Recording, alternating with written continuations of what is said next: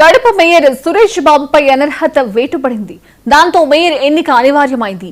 ఈ సందర్భంగా సురేష్ బాబును విమర్శిస్తూ పట్టణంలో ఫ్లెక్సీలు వేశాయి.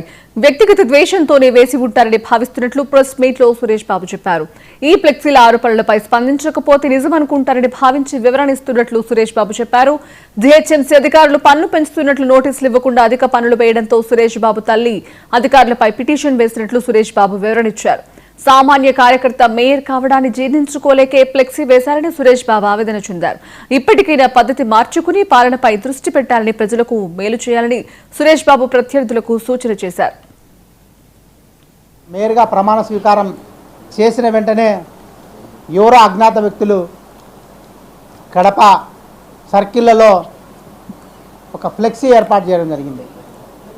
దానికి పొద్దున్న నుంచి మీడియా మిత్రులైతేనేమి అలాగే అందరూ కూడా ఈ ఫ్లెక్సీ కలకలం అని మాట్లాడడం జరుగుతుంది. ఎందుకంటే ఒక సాధారణ కుటుంబం నుంచి పుట్టిన నేను మేయర్గా అత్యున్నత స్థానానికి చేరుకునేటప్పుడు ఎవరో వ్యక్తిగతంగా గిట్టని వారు వాళ్ళ యొక్క ఆక్రోశాన్ని వెలబరచలేక అటువంటి ఫ్లెక్సీలు ఏర్పాటు చేసుకోవడం జరిగిందని చెప్పేసి నేను అనుకుంటున్నాను. ఎందుకంటే నేను నిన్న ప్రమాణ స్వీకారం చేస్తానే ఎవరు కూడా పార్టీలు కానీ లేకపోతే ఎవరన్నా అసమ్మతులు కానీ వెంటనే ఏర్పాటు చేసే పరిస్థితి ఉండదు.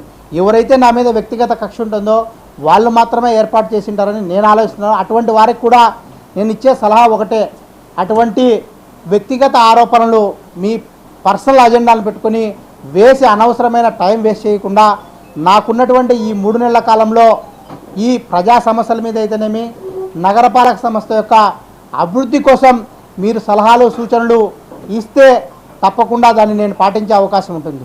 ఎందుకంటే దీని మీద వివరణ ఇవ్వకుండా అదేదో నా మీద వచ్చిన ఆరోపణ నిజమవుతుందన్న ఉద్దేశంతో దీని మీద ఇస్తున్నాం తప్ప రాబో కాలంలో ఇటువంటి